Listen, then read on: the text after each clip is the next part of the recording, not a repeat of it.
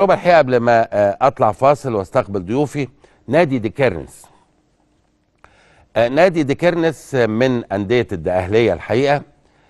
كان عامل تجربة جميلة جدا، وهي تجديد كثير من الحمد لله عفوا كثير من منشآته الرياضية بشكل رائع جدا الحقيقة. احنا جايبينه النهاردة كنموذج لأندية القسم الثاني، وبنبارك له ان هو استمر في القسم الثاني الحقيقة برضه بعد صراع رهيب في مسألة الهبوط، لكن قدر ان هو يعني يثبت أقدامه في القسم الثاني ويستمر في هذا القسم. وعمل احتفالية جميلة جدا الحقيقة يوم الجمعة اللي فاتت، خاصة بالمنشآت اللي أضافها إلى هذا النادي الكبير العريق في الدقهلية الحقيقة. اللي يعرف الدقهلية ويعرف أنديتها يعلم أن نادي ديكيرنس واحد من الأندية العريقة في الدقهلية، وله شعبية كبيرة جدا جدا جدا. لقطات اللي هنشوفها، ونشوف تقرير بعد ثواني. لكن خلينا مع الأستاذ طارق عبد العزيز، وهو عضو في الجمعية العمومية لنادي ديكيرنس، وأيضا الرئيس الشرفي لهذا النادي العريق. أستاذ طارق، مساء الأنوار. مساء الأنوار يا كابتن مدحت، ازي حضرتك؟ يا رب يخليك. يعني كلمنا على المناسبة الحلوة بتاعت الجمعة اللي فاتت دي والمنشآت الجديدة وتمت ازاي. احكي لنا كده يا أستاذ طارق. هو أنا أولا بشكرك على اهتمامك بأندية الأقاليم، وده مش غريب عليك. أنت طول عمرك فاعل مع الأقاليم، طول عمرك محبوب لدى الأقاليم، وأنا بشكرك وبشكر كل أعضاء المحطة اللي بذلوا تعبهم وجهدهم في إنهم يجوا 250 كيلو علشان يغطوا هذا الأمر. فده مش بعيد عنك يا كابتن مدحت، ودايما بتشرفنا ودايما بتنورنا. ربنا يخليك يا أستاذ طارق.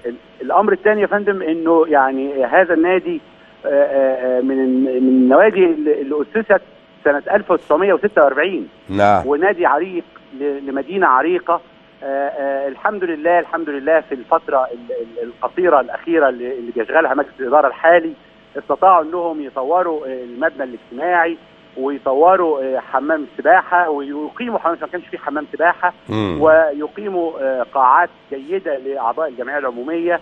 والحمد لله ايضا الفرقه زي ما حضرتك تفضلت علينا وقلت الحمد لله فضلت في دوري المجموعه، دوري به الممتاز به. نعم. فده كان حاجه جيده. فكان يوم الجمعه كان يوم الوفاء، لانه مجلس الاداره ارتأى انه في هذا اليوم لابد من تكريم كل قدامى من ساهموا وشاركوا في بناء هذا الصرح من تاريخ تأسيسه، وعملوا حاجة وثائقية لكل من ساهم في إقامة هذا المكان، وكرموا أسر يعني الذين توفوا إلى رحمة الله. وكانت حاجة مفرحة لأول مرة في هذا النادي يتذكروا اللي أنشأ واللي أسس واللي صعد واللي بنى. وكان تكريم جيد في يوم سموه يوم الوفاء. جميل جميل جميل. والحقيقة يعني النادي ده تحديدا أعتقد بيحظى بشعبية كبيرة في الدقهلية. الحمد لله، هي مدينة ديكيرنس من أقدم مدن الدقهلية ومن أقدم مدن وجه بحري. نعم. والنادي أيضا من أقدم هذه المدن، وهو في كنف وفي حضن مدرسة شهيرة اسمها مدرسة علي مبارك الثانوية، في مشترك في جزء منها، بتمثل هي أيضا منارة تخرج منها كثير من وزراء مصر قبل الثورة وبعد الثورة. وكان من حسن طالع هذا النادي أن يكون في كنف هذه المدرسة، فبقى قلعة للرياضة في مدينة ديكيرنس، وأيضا مدرسة كانت قلعة للعلم في مدينة ديكيرنس.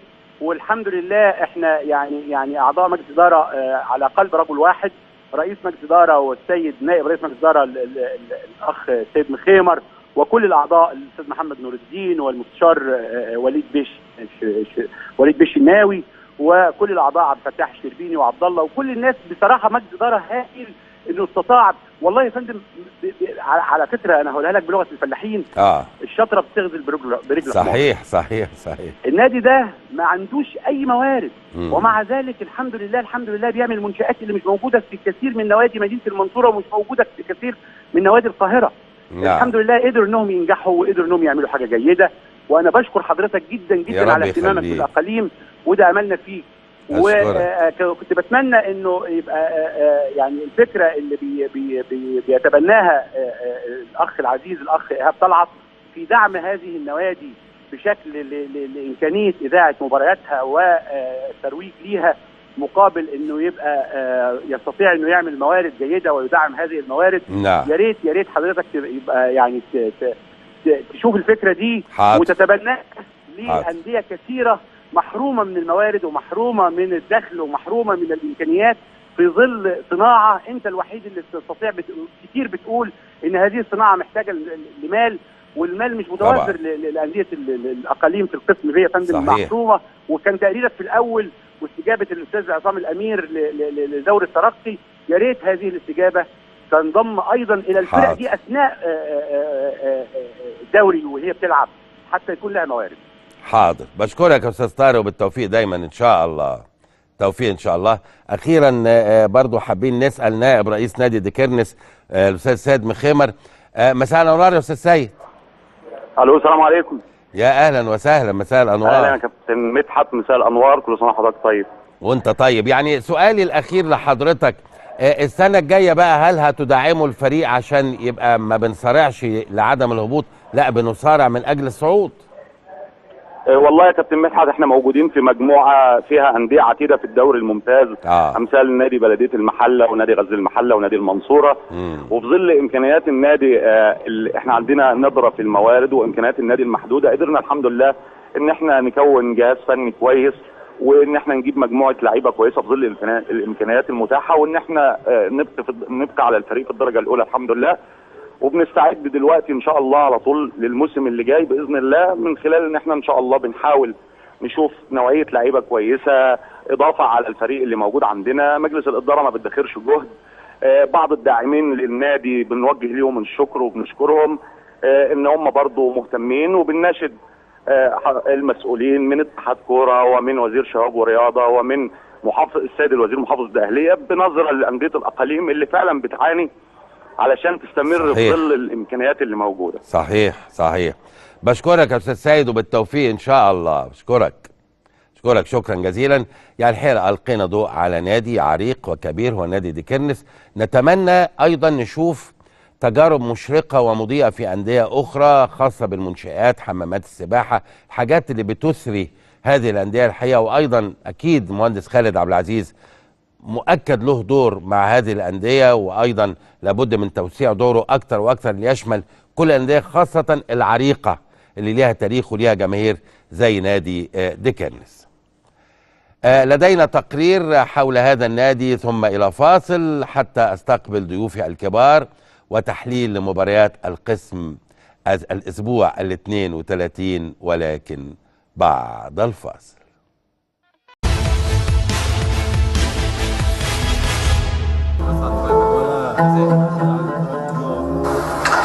نادي ديكيرنس الرياضي تاريخ كبير لنادي عريق. ربما يظن بعض الناس ان نادي ديكيرنس نادي مستحدث الانشاء، ولكن في الحقيقه ان نادي ديكيرنس يمتد عمره لاكثر فعلا من 60 سنه.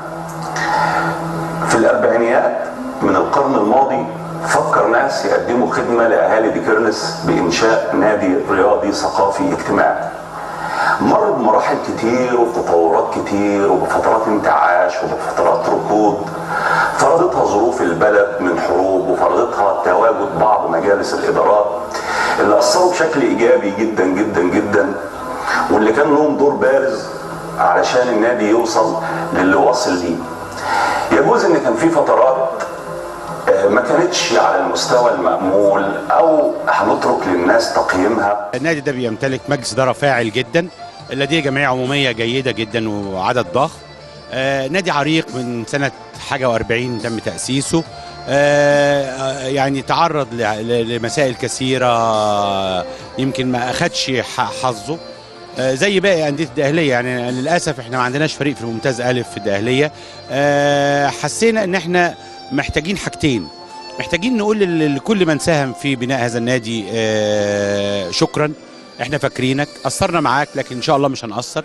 واردنا النهارده باعتبارنا متصدين للعمل العام انا وكل الحاضرين ان احنا نحط ايدينا في ايدين مجلس اداره ونقول لهم انتوا عايزين مننا ايه؟ احنا تحت امركم. ممكن نساعد ازاي؟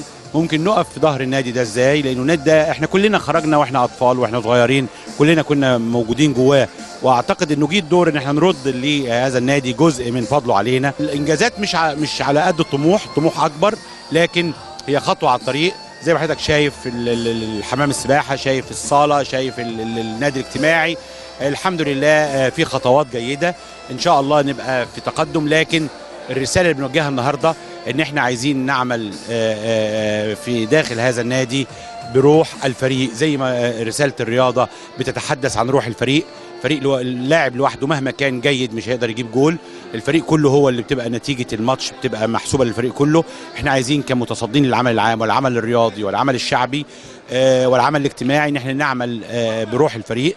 كلنا في هذا المجال بنتنافس في ان احنا نعطي لهذا النادي جزء مما يستحقه. بشكركم طبعا على تعبكم وعلى ما تكبدتوه من تعب للمشوار، لكن انا بعتقد انه تشريفكم النهارده في قناه 10 وايضا حضور مجلس اداره بالكامل بهذا الشكل ده نوع من انواع الاحساس بالمسؤوليه، الاحساس بمسؤوليه الاعلام الهادف. يعني انا حاسس ان القناه والتلفزيون عندكم، المحطه عندكم تحملت قدر كبير من مسؤوليتها في انها تصل الى الفلاحين. احنا بيننا وبين القاهره حوالي 250 كيلو تكبدتوا فيها عناء السفر وجيتوا كمشاركه في من الاعلام المصري في قناه بهذا الشكل الجيد في انها تشارك جزء من القطاع المصري في ريف مصر على ما يقوم به وتدعمه. ايضا يعني احساس جيد من رئيس اتحاد الكوره واعضاء مجلس اداره الاتحاد انهم يجوا الى بلد نائيه بعيده عن القاهره كل هذه المسافه. ايضا احساس بالمسؤوليه، المسؤوليه اللي انتم عملتوها والمسؤوليه اللي عملها اتحاد الكوره بتحملنا احنا كمان مسؤوليتنا في ان احنا ان شاء الله السنه الجايه ندعيكم نفس المجموعه بنفس الوجوه لتروا انه في عمل جيد، في حاجه تقدمت، في حاجه احسن. شهد النادي منذ نشأته العديد من الأنشطة التي لم تقتصر على كرة القدم فحسب، إنما امتدت للعديد من الرياضات.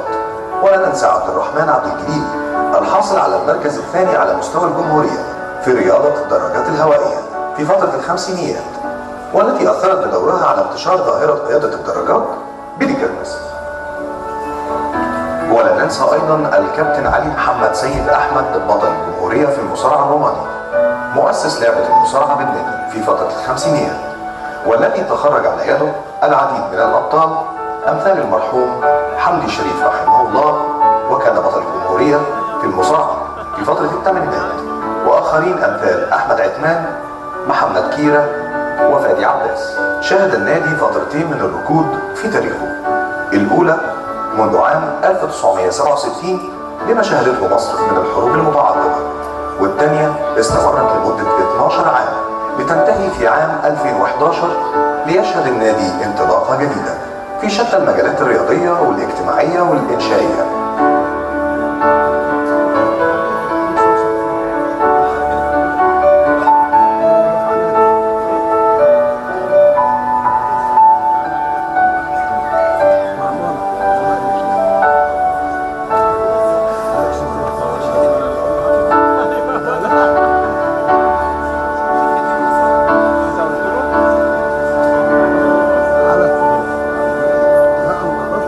النهارده يوم جميل، افتتاح منشآت رياضيه جديده، ملاعب، حمام سباحه داخل نادي كيرنس اللي بيعد من اقدم الانديه على الاطلاق داخل محافظه الدقهليه ان لم يكن على مستوى الجمهوريه. شايف الافتتاح النهارده ازاي واليوم الجميل ده ازاي؟ طبعا انا ببارك الاول لجماهير ومسؤولي نادي كيرنس على الافتتاح وعلى الانشاءات الجديده، وبنتمنى ان شاء الله. انا شايف الملعب يعني برضو على قدم وساق ان شاء الله باذن الله انه ينتهي الملعب الكبير.